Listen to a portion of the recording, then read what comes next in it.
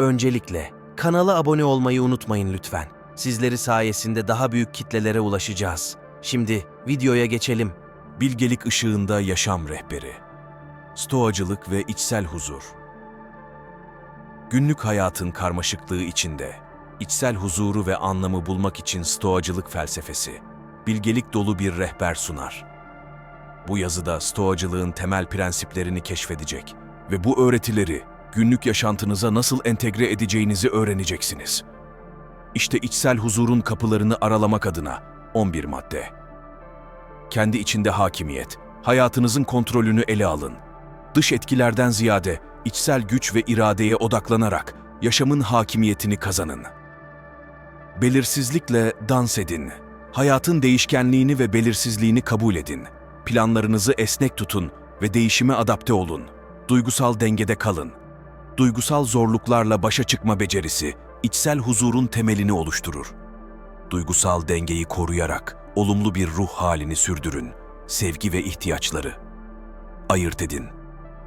Mal varlıklarına olan bağlılığı aşın ve gerçek mutluluğun kaynağını içsel değerlerde bulun. Sevgiyi ihtiyaçlardan ayırt edin ve anlamı içsel zenginlikte bulun. Zorlukları fırsata çevirin. Zorlukları birer fırsat olarak görün. Hayatın getirdiği zorlukları aşarak karakterinizi güçlendirin. Maddi arının. Mal varlıklarına olan bağlılığı azaltın. İçsel zenginlik ve değerlere odaklanarak stoacılığın özünü kavrayın. Hoşgörü ve irade. Başkalarının düşüncelerine hoşgörüyle yaklaşın ve kendi erdeminiz üzerinde kontrol sağlayarak etkili iletişim kurun. Bilgelik ve öğrenme. Sürekli öğrenme ve gelişme yolunda ilerleyin. Zihinsel ve ahlaki olarak kendinizi sürekli iyileştirme çabası içinde olun. Basit yaşamın değeri. Lüks ve gereksiz arayışlardan kaçının. Basit bir yaşam, iç huzurun temelini oluşturabilir. Şimdiki anın değerini bilme, gelecek endişeleri ve geçmiş pişmanlıkları bırakın. Şu anın değerini bilerek anın tadını çıkarın. Kendi sorumluluğunuzu alın. Hayatta kendi eylemlerinizden ve tepkilerinizden sorumlu olun. Sözlerinizi eylemlerinizle destekleyin ve içsel değerlerinize sadık kalın. Bu yazı, sizi içsel huzurunuzun peşine düşürmek ve stoacı prensipleriyle aydınlanmanızı sağlamak için tasarlandı. İçsel bilgeliğinizi keşfedin ve anlam dolu bir yaşamın kapılarını aralayın. Şimdi, bu yolculuğa birlikte çıkalım. İhanetin acısını hissedin mi? İçsel huzurun yolu. Bir arkadaş sandığınız birinin ihanetinin acısını hissettiniz mi? Bu acı bir gerçek. Çünkü size gülümseyen herkesin sizin iyiliğinizi düşündüğü anlamına gelmez. Bazı insanlar sadece sizden kendi çıkarları için faydalanmak için dostluk maskesi takarlar. Bugünkü videomuzda bu zor konuyu derinlemesine ele alacağız ve size birinin sizi sömürdüğünü, dostluğunuzu değerlendirmek yerine size zarar verdiğini belirten 7 belirgin işareti açığa çıkaracağız. Bu, sahte ilişkilerin acı gerçeğini görmek için gözlerinizi açmanızla ilgili. Bizi takip edin ve sizi bu zararlı bağlantılardan uzaklaştırmak için rehberlik ederken size eşlik edin. Sizin için önemli olan sağlığınız ve gerçek insanlarla çevrelenmek önemlidir. Bu keşif yolculuğuna katılmak için abone olun ve gerçek dostları sahte geçenlerden ayırmayı öğrenin. İlk işaret, suçlama ve manipülasyon. Bir düşünün sizinle ilgili olarak, eğer gerçekten umursuyorsan bunu yapardın ya da bu kadar şey yaptım, sen de bunu yapamaz mısın gibi sözlerle köşeye sıkıştırıldığı insanları. Bunlar sadece ifadeler değil, iradenizi kırmak için tasarlanmış suçlamalarla dolu tuzaklardır. Bu, isteğinizin dışında şeyleri yapmaya sizi çekmeyi amaçlayan manipülasyonun en iyisidir. Bu, endişeli bir duruma itilmekle ilgili değil, bilerek öz saygınıza saldıran, değerlendiren ve kendi hislerinizi sorgulamanıza neden olan bir şeydir. Bu duygusal satrancın oyununu tanımak, özgürleşmenin ilk adımıdır. Bu, duygularınızın önemli olduğunu, reddedildiğinizin bir yavaş zehir olduğunu anlamakla ilgilidir. Bahçede sağlıklı ilişkilerin çiçekleri olan saygı, güven ve karşılıklı anlayış değil, suçlama ve manipülasyondur. Peki, bu durumlarla karşılaştığınızda ne yapmalısınız? Kırılana kadar mı bükülmeye devam edersiniz yoksa hak seçme hakkınızı geri alarak hissetme ve olma hakkınızı yeniden kazanır mısınız? Bu manipülatif taktiklerle yüzleşmek sadece isyanın bir eylemi değil, aynı zamanda kendine sevgi eylemidir. Bu, ben birinin duygusal oyuncak parçası değilim, daha iyisini hak ediyorum demektir. Bu gerçeği başa çıkmak, sadece duygusal refahınızı korumakla kalmaz. Aynı zamanda daha sağlıklı ve tatmin edici ilişkilere doğru bir yolculuğa çıkar. Bu yol kolay olmayabilir. Ancak duygularınızın sömürülmediği, güvenin ve karşılıklı anlayışın çiçek açtığı bir yerleşkeye yol açar. Sonuçta hepimizin hak ettiği bu değil mi? İkinci işaret, seçici ulaşılabilirlik. Her ilişkide bir ritim, müziği çalan bir verip almak vardır. Ancak dans tek taraflı hale geldiğinde her zaman oradasınızdır. Sürekli bir varlık, bir kulağa, bir el ya da vaktiniz hazır. Ama masalar döndüğünde, siz bir şeylere uzandığınızda sadece soğuk yankılı bir sessizlik vardır. Düşünün, destek sütunu olarak durduğunuz anları hatırlayın, düşünmeden verdikleriniz. Telefonunuz çalar ve yine onlar, bir tavsiye, bir iyilik ya da sadece dinleyen biri olarak ihtiyaçları var. Siz cevap verirsiniz, her zaman cevap verirsiniz, her zaman verirsiniz. Ancak siz zor durumda olduğunuzda, dünya sırtınızda ağırlaştığında, nerede onlar? Mesajlarınız dijital boşluğa yankılanır, çağrılarınız cevapsız kalır. Cevap verirlerse, konuşma hızla değişir, ihtiyaçlarınızdan başka bir şeyden bahsetmezler. Bu dengesizlik, bu seçici ulaşılabilirlik, kırmızı bir sinyaldir ve siz onlar için her zaman oradayken, onlar sizin için orada değillerdir. Bu zor bir gerçek, iyilik ve yardım etme çabanızın hiçbir şey karşılığında gelmediğini fark etmek. Bu sadece düşüncesizlik değil, sizin hislerinizin, ihtiyaçlarınızın kasıtlı bir şekilde görmezden gelinmesidir. Terazinin sizden yana değil, aleyhinizde olduğu bir durum, çabanız, empatiniz, zamanınız, her şeyin göz ardı edildiği açık bir durum. Bu durumu fark etmek sadece düşünceli olmamakla ilgili değil, daha derin bir ilişki için sorgulama zamanıdır. Nerede duruyorsunuz? Ne kadarını vermek istiyorsunuz? Ve aynısını geri alıyor musunuz? Bu sadece onlarla ilgili değil, sizin öz değeriniz, sınırlarınız hakkında düşünme vakti. Değeriniz, empatiniz, zamanınızın sadece bir ödül olmadığını, karşılıksız bir şekilde alındığını görmek, uyanışa dair bir işarettir. Bu bir ayna tutma işlemidir. Kendi sınırlarınızı sorgulama ve alınanın karşılığını düşünme sürecidir. Bu acımasız olabilir. Ancak duygusal sağlığınız için bu sorulara cevap bulmak önemlidir. Yoksa bir ilişkide sadece bir numaralı hizmet sağlayıcı olarak mı görülüyorsunuz? Üçüncü işaret, sürekli saygı eksikliği insan bağlantılarının karmaşık dansında gözden kaçan ince ama güçlü bir işaret vardır. Sürekli saygı eksikliği. Hayal edin, değeriniz sürekli küçümseniyor. Zamanınız ve duygularınız her seferinde göz ardı ediliyor. Değeriniz sürekli olarak düşük görülen, planlar sürekli olarak son anda iptal edilen veya geç kalınan bir ilişkiyi düşünün. Birini değerinizin sürekli olarak azımsandığı bir ilişki düşündüğünüzde bu size rahatsız edici gelmez mi? Birisi sürekli olarak size değil, kendi ihtiyaçlarına öncelik veriyormuş gibi davranıyorsa, bu sadece saygısızlık değil, aynı zamanda sizin için bir seçenek, öncelik olmadığınızın bir işaretidir. Ama gerçek şu ki, hepimiz insanız ve bazen hatalar yaparız. Belki bir randevuya geç kaldık, planları unuttuk veya kötü bir günün stresi altında biraz öz merkezci olduk. Ancak sağlıklı bir ilişkide bunlar istisna olmalıdır, kural değil. Bir hatanın ardından bir özür, bir sonraki sefere daha iyi olma çabası gelir. Ama sürekli olarak sizinle ilgili hiçbir şeyi umursamayan biri, sadece kötü bir gün geçirmiyor, size bir saygısızlık kalıbı gösteriyor. Peki, sürekli saygı eksikliği ile yüzleşildiğinde ne yapmalı?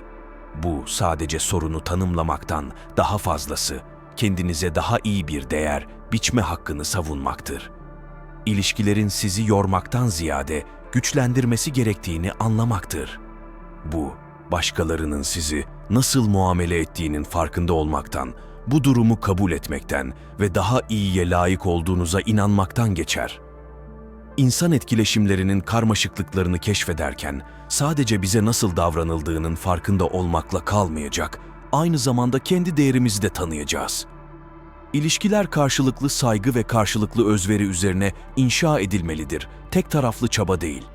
Kendi değerinizi anlamak, değeri bilmek ve talep etmek, daha sağlıklı ve tatmin edici ilişkilere yol açan bir adımdır. Dördüncü işaret.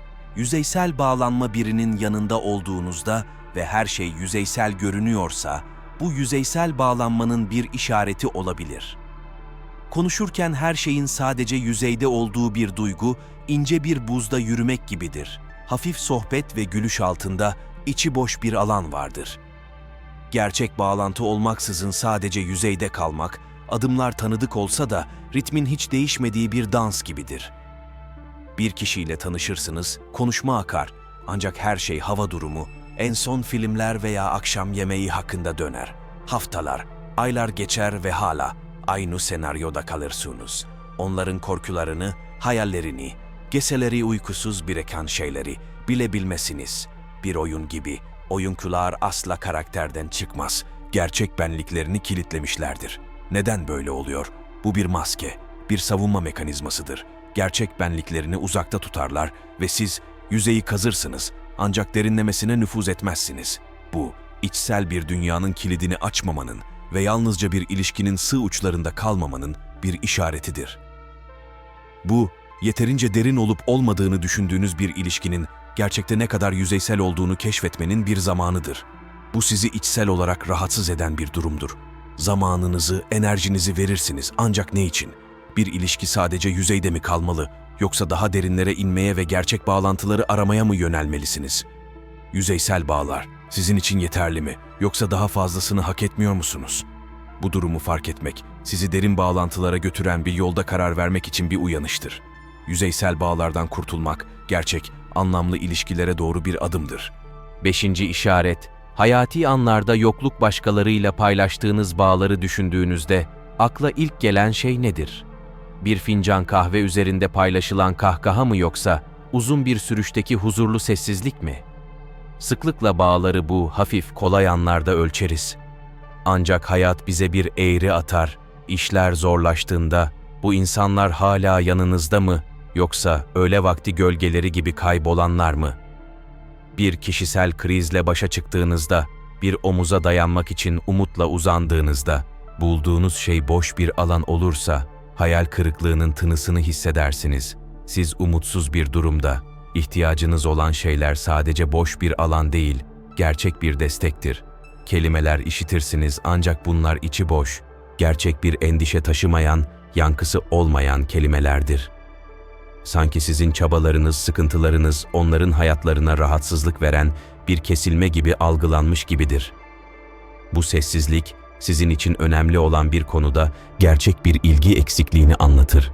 Bu durum, bir ilişkinin gerçek yüzünü ortaya çıkarır, birlikte gülme anlarından çok daha fazlasıdır. Bu gerçekle yüzleşmek acı verici bir gerçektir ve belki de ilişkinin derin bağlantılardan çok, sadece yüzeyde bir bağlantı olup olmadığını gösterir. Ancak bu farkındalık, gözlerinizi açmanızı sağlar, size gerçekten yanınızda olan insanları bulma şansı verir. Hayatın zorluklarıyla başa çıkmak için orada duran, sadece sözde değil, aksiyonla size destek veren insanlara odaklanmak, sağlıklı ve güçlü ilişkilerin temelini oluşturur. Altıncı işaret. Bir araç olarak kullanılma. Bu sadece bir el uzatma veya karşılıklı destek değil, birinin araç gibi kullanılma hissiyle ilgilidir.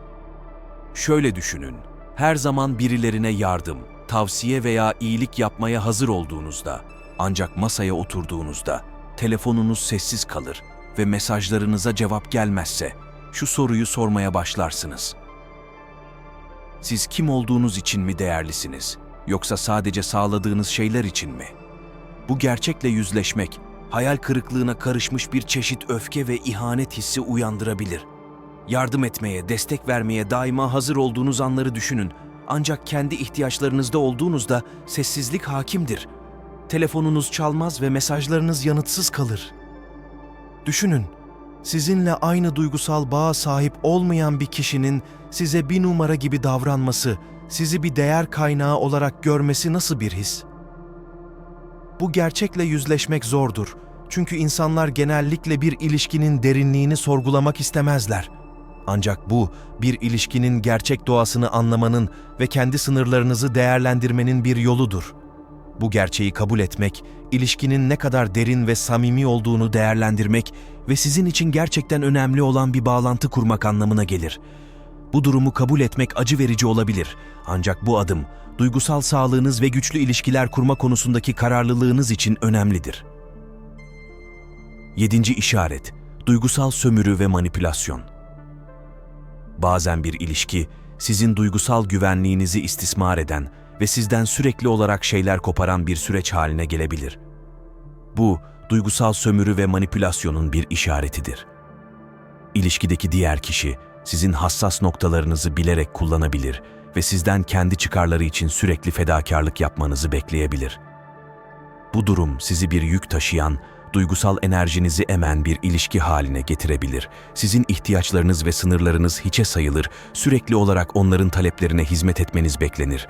Duygusal sömürü, ilişkideki güç dengesini bozar, sizin duygusal refahınızın önüne geçer ve manipülatif bir şekilde kontrol kurar. Peki, bu tür bir duygusal sömürü ve manipülasyonla baş etmek için ne yapmalısınız? İlk adım, bu zararlı dinamiği tanımaktır. Kendi ihtiyaçlarınıza ve sınırlarınıza saygı göstermek, duygusal güvenliğinizi korumak önemlidir. Bu durumla yüzleşmek, ilişkinin sizin için sağlıklı olup olmadığını değerlendirmenize yardımcı olabilir.